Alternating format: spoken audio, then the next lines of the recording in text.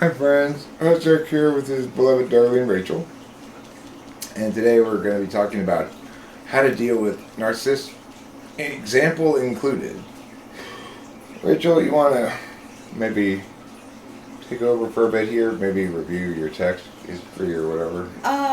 Sure. So, my mom said that if I stayed in the relationship with Eric that I was disowned.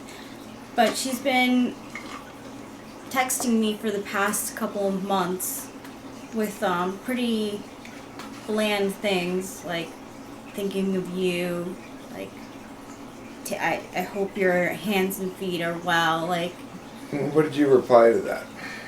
I didn't. Well, at some point you did, and you said what?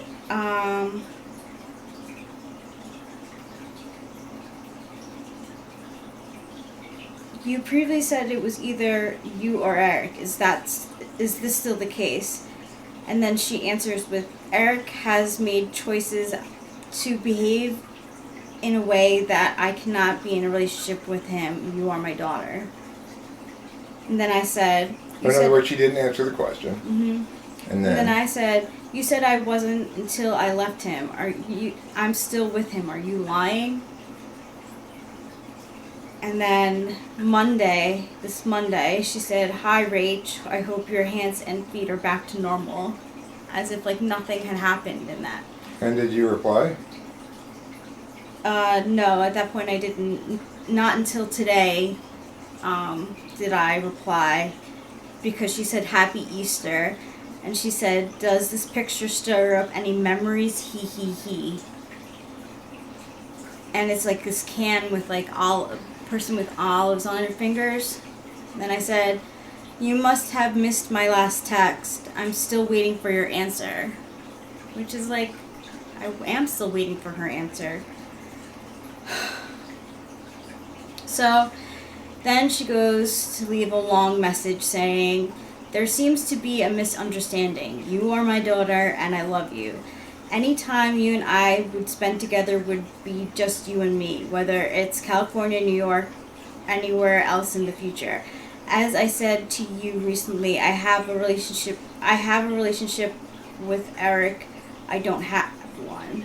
You have a relationship with Eric. I don't have one. Right, so again, not answering the question, right? She wants to make Rachel argue about me. She wants to make Rachel say, nuh-uh, Eric didn't do anything, because then it becomes a tit for tat thing, right? It's not about what she did ultimately. Yeah. So what Rachel did was pen her down with the question, so were you lying when you said that or not? Or were you wrong or what? Because you said if you don't leave Eric, then you're disowned. That's not the sort of thing you get to walk away from without reconciling, right? Yeah. So we need to know, Rachel needs to know, obviously, whether mom was lying or has had second thoughts, wants to acknowledge she was wrong when she said that she acted impulsively or whatever. But, you know, this is a sure indication of somebody who's actually a clinical narcissist. This woman will not answer the question. No. So go ahead, Rachel, and continue what happened here. So then after that I asked, okay, so that doesn't, this is me speaking now. That doesn't answer my question. Would you like me to repeat my question? If you can't answer the question, you obviously don't care about me much. Then she replies, you sound very rude and angry. Sorry to hear that. I am hosting Easter. There's no need for such an attitude. Take care of yourself. I mean, what could be ruder than not answering a question you asked for months now?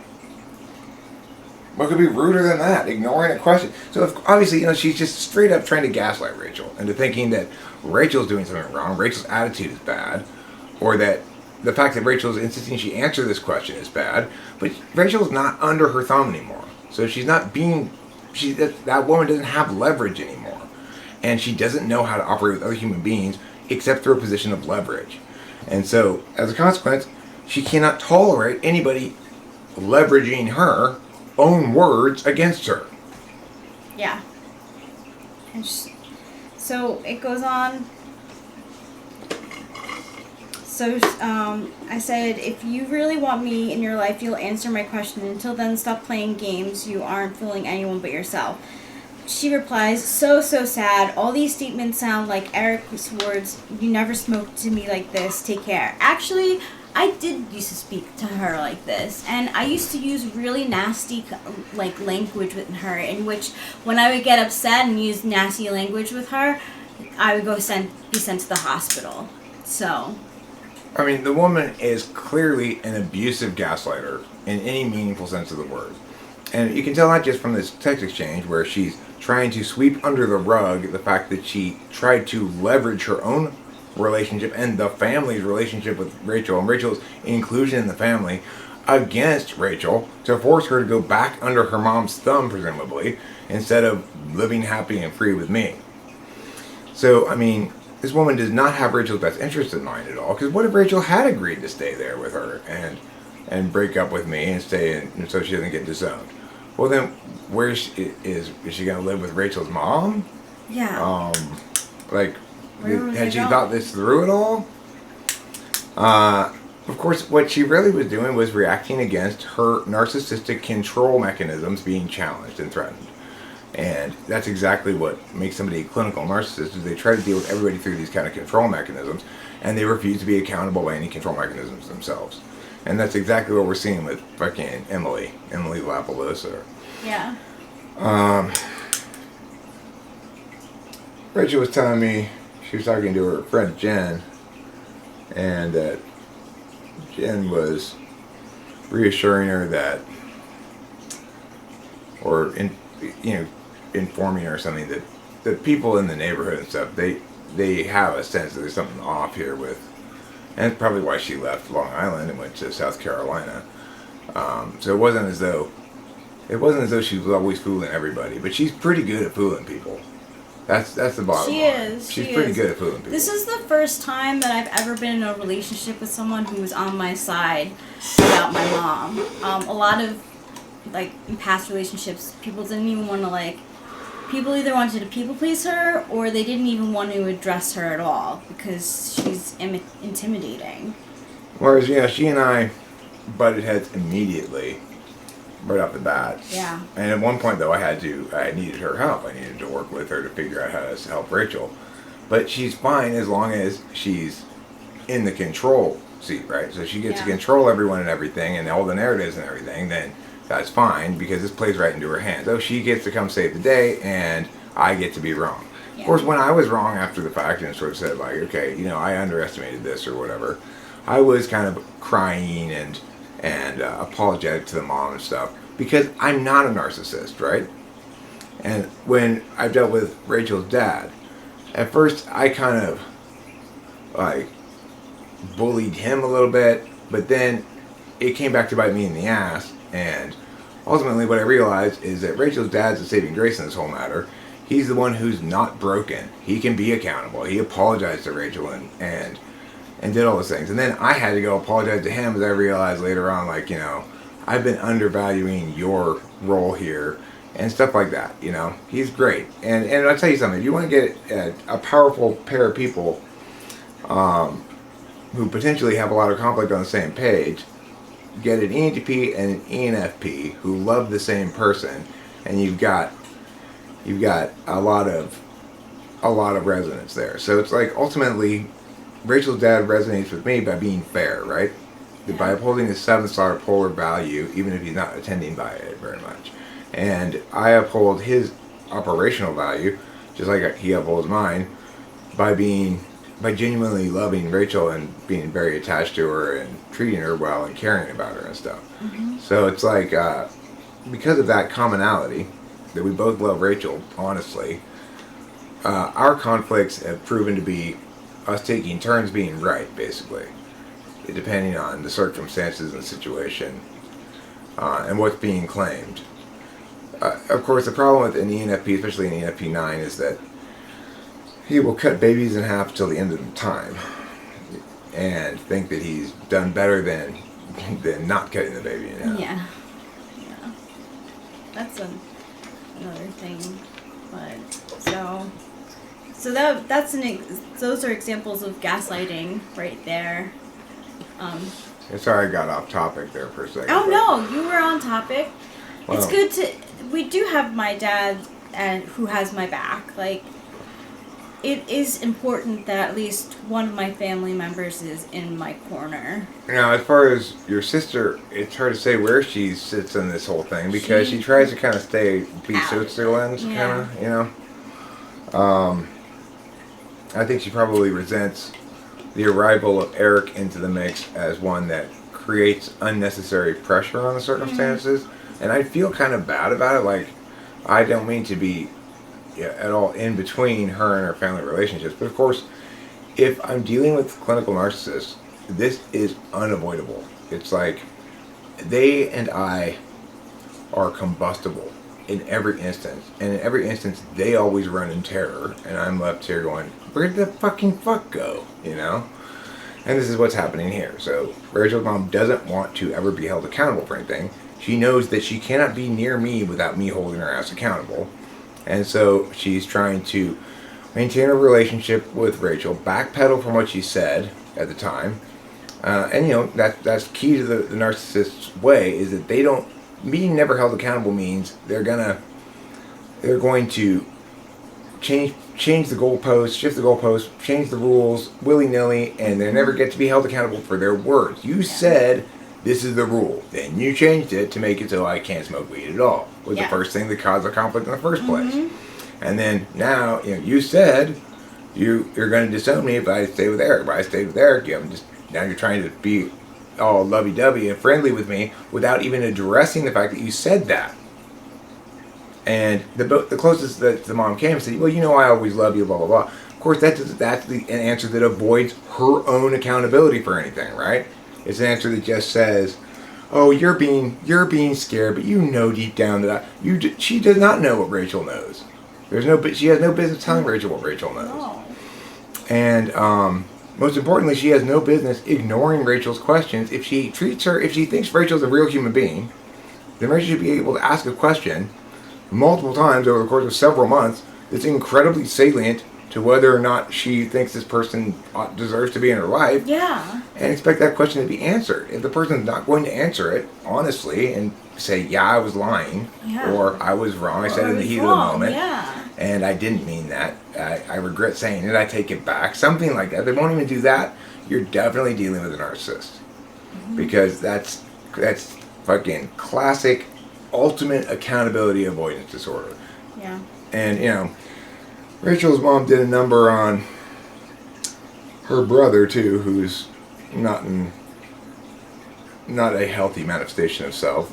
Another almost certainly clinical narcissist. I've had less opportunity to see him in action than I have the mom, but He's been avoiding as well, though. yeah, I mean, he's gone way out of his way to avoid talking to me about anything that he could possibly be held to account about anything for, or be asked to account for himself.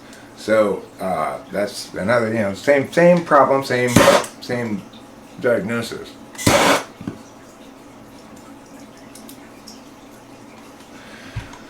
So when dealing with a narcissist, don't let them control the frame of reference. Always put the ball back in their court. Have a central core question that needs to be answered that you've got them pinned someplace. Yeah. And then don't deviate from that. Don't let them try to sneak you off course, because they're just trying to gaslight you. They're just trying to gaslight you and confuse you. Well, maybe she's not so bad after all. Yeah. Maybe she didn't say those words. If she weren't so bad after all, she would never have said them in the first place. And if she had any redeeming qualities about her, she'd address it directly. She wouldn't try to sweep something as massive as that under the rug, right? Yeah, I mean, that causes psychological damage. Like, thinking that someone who birthed me would disown me because of my relationship partner. Well, I mean, she would try to argue, of course, then, that I had behaved badly in some way that made it impossible for her mom to deal with me. Yes. Of course, that's not what happened.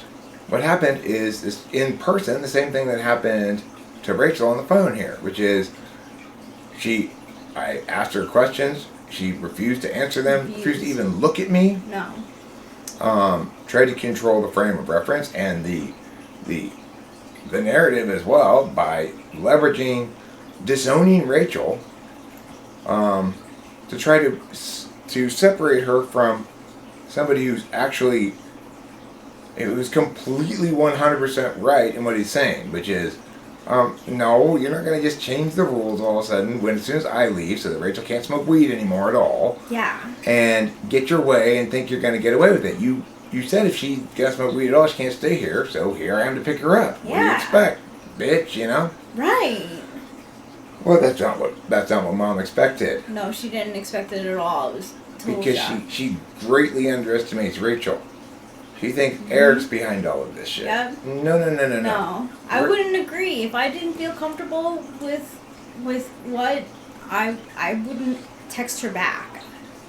It is the case that sometimes Rachel seeks advice from me regarding what to say. Mm-hmm. Because that's the thing. You gotta keep putting the ball in their court, and keep putting it and focusing it back on the central point. They will try to switch away from that central point time and time again, so that they forever hide in the shadows, unaccountable. Anytime Rachel gives her mom any pushback, Rachel's mom's going to frame it as Eric's words. Mm-hmm.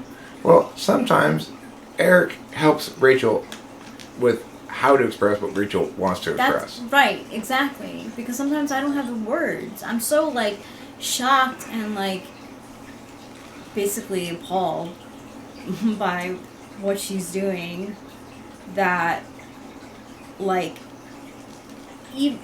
I would say the same thing that you're saying. It's just in more of an articulate way. It's not just fuck you, you told me this and this is the reality of it. What the hell is the truth?